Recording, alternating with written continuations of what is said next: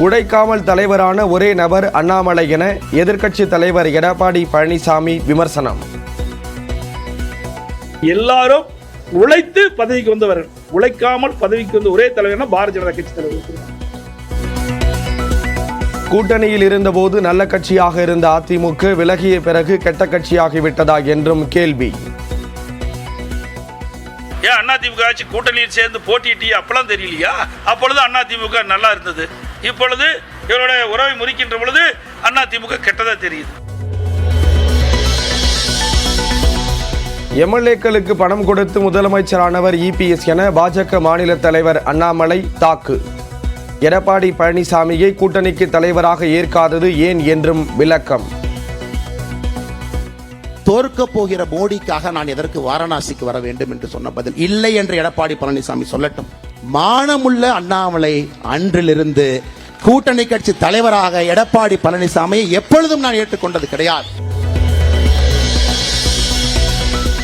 மூத்த நடிகர்கள் விலகாததால் இளைஞர்களுக்கு வாய்ப்பு கிடைப்பதில்லை. மூத்த அமைச்சர்கள் தொடர்பான ரஜினியின் பேச்சுக்கு அமைச்சர் துரைமுருகன் பதில். மூத்த அமைச்சர்கள் வச்சுக்கிட்டு கலைஞர் வச்சு ஸ்டாலின் ரொம்ப கஷ்டப்படுறாருன்ற மாதிரி ரஜினிகாந்த் சொன்னாரு. மூத்த நடிகர்கள்லாம் வயசாகி போய் பல் உழுந்து போய் தாடி வளர்த்து சாகர நிலைகள்லாம் நடிக்கிறதுனால இளைஞர்களுக்கு வாய்ப்பு இல்லாமல் இருக்கா சார்? அதே போல இளைஞர்களுக்கு வழிவிட்டு மூத்தவர்கள் வழிநடத்த வேண்டும். திமுக பொறியாளர் அணி விழாவில் அமைச்சர் உதயநிதி ஸ்டாலின் பேச்சு. இளைஞர்கள் தயாராக இருக்கிறாங்க, நம்ம பக்கம் வர்றதுக்கு தயாராக இருக்கிறாங்க. நாம தான் அவங்களுக்கு வழிவிட்டு அவங்களை அரவணைச்சு அவங்கள வழிநடத்த வேண்டும் என்று கேட்டுக்கொள்கின்றேன். அதே போல் இன்னொரு வேண்டுகோள்,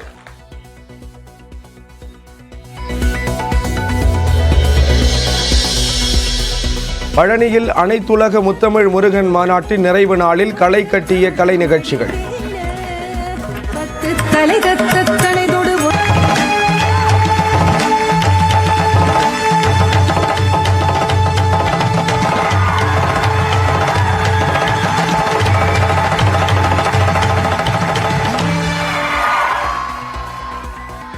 மருதமலை மாமணியே முருகையா என மனமுருகி பாடிய சிறுவன் சூரிய நாராயணன்.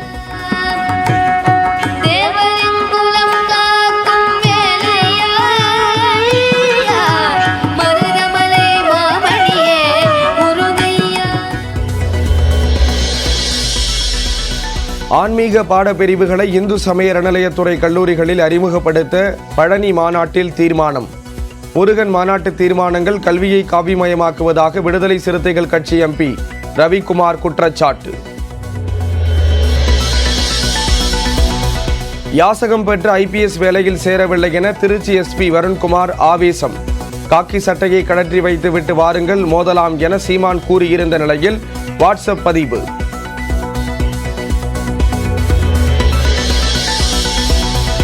பிரபல நடிகர் ரியாஸ்கான் மீது பாலியல் குற்றச்சாட்டு. தகாத உறவுக்கு அழைத்ததுடன் தோழிகளையும் அறிமுகப்படுத்துமாறு தொல்லை கொடுத்ததாக கேரள நடிகை புகார்.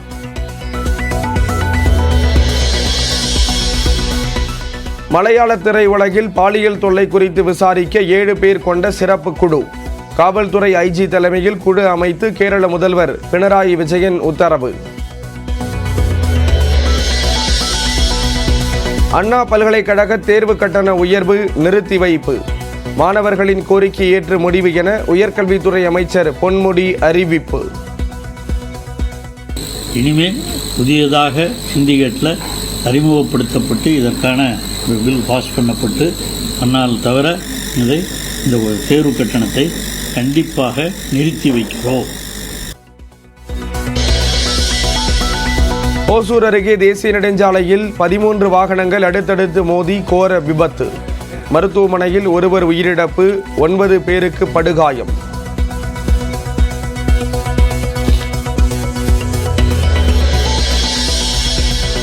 பெண்களுக்கு எதிரான குற்றங்களில் ஈடுபடுவோர் தப்ப முடியாது என பிரதமர் மோடி உறுதி. கடும் தண்டனை விதிக்கும் வகையில் சட்டங்கள் வலுப்படுத்தப்பட்டுள்ளதாக மகாராஷ்டிராவில் நடந்த நிகழ்ச்சியில் பேச்சு.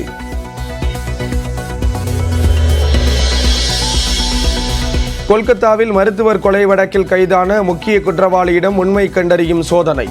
மருத்துவமனை முதல்வர் வீட்டில் சிபிஐ அதிகாரிகள் ரெய்டு. அதிமுக பொதுச் செயலாளர் எடப்பாடி பழனிசாமி மற்றும் பாஜக மாநில தலைவர் அண்ணாமலை இடையேயான வார்த்தை போர் மீண்டும் வலுத்திருக்கிறது.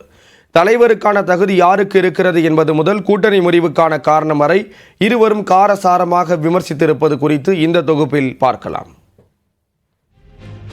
கூட்டணியில் இருந்து பிரிந்த பின்னர் அதிமுக மற்றும் பாஜக இடையே தொடர்ந்து கருத்து மோதல் நீடித்து வரும் நிலையில் தலைவர் பதவிக்கு யாருக்கு தகுதி இல்லை என எடப்பாடி பழனிசாமியும் அண்ணாமலையும் ஒருவரை ஒருவர் காட்டமாக விமர்சித்துள்ளனர். எல்லாரும் உழைத்து பதவிக்கு வந்தவர்கள், உழைக்காமல் பதவிக்கு வந்த ஒரே தலைவர்னா பாரதிய ஜனதா கட்சி தலைவர் ஒருத்தர். அவர் என்ன உழைப்பு கொடுத்தாரு பாரதிய ஜனதா கட்சிக்காக? அந்த பாரதிய ஜனதா கட்சியில எத்தனை பேர் முன்னணி தலைவர்கள் இருந்தாங்க, அவருக்கு அந்த வாய்ப்பு கிடைக்கல. இவர் ஏதோ வழியில தலைவர் பதவி பெற்றார். அதை வைத்துக் கொண்டு இன்றைக்கு தலகால் புரியாம ஆடிக்கொண்டிருக்கின்றார். இந்த கட்சி எப்படி எல்லா தொண்டர்களுக்கும் ஒரு பொறுப்பு கொடுக்குதோ அதுபோல்தான் எனக்கும் ஒரு பொறுப்பு கொடுத்திருக்கு. இது பெரிய பொறுப்பு சின்ன பொறுப்பு கிடையாது. உங்க கட்சியில வேணா மேடையின் மீது அமர்ந்திருக்கிறனால நீ பொதுச் செயலராக இருக்கலாம். ஆனா என் கட்சியில மேடையின் மீது நான் அமர்ந்திருப்பனால் இவர்களுக்கு நான் சேவகம் செய்யக்கூடிய சேவகன். அதான் எங்கள் கட்சிக்கும் அடிப்படையில உங்கள் கட்சிக்கும் இருக்கக்கூடிய அடிப்படை வித்தியாசம். அண்ணன் எடப்பாடி பழனிசாமி அவர்களே, உங்க ஊர் சிலுவம்பாளையத்தில் ஒரு மர்டர் நடந்தது. பங்காளிகளுக்குள்ள சண்டையில ஒருவர் கொலை செய்யப்பட்டார். கொலை செய்யப்பட்ட பிறகு அதே சிலுவம்பாளையத்தில் ஒருத்தர் கைது செய்யப்பட்டார். அதன் பிறகு சிறைக்கு போனார். அதன் பிறகு கைது செய்யப்படாத ஒருத்தர் மேற்கு தொடர்ச்சி மலையில ஒளிஞ்சிருந்தார். இன்னைக்கு திமுக இருக்கக்கூடிய மூத்த அமைச்சர், அன்னைக்கு அதிமுகவினுடைய அமைச்சர், அவர் கையை காலை பிடித்து அந்த வழக்கை முடித்துவிட்டு வெளியே வந்து சிலுவம்பாளையம் பஞ்சாயத்து தேர்தலில் நின்று தோர்த்த மனிதர் நீங்கள். ஆனால் தயவு செய்து எனக்கு நேர்மையை பற்றி, நாணயத்தை பற்றி எனக்கு நீங்கள் பாடம் எடுக்க வேண்டாம்.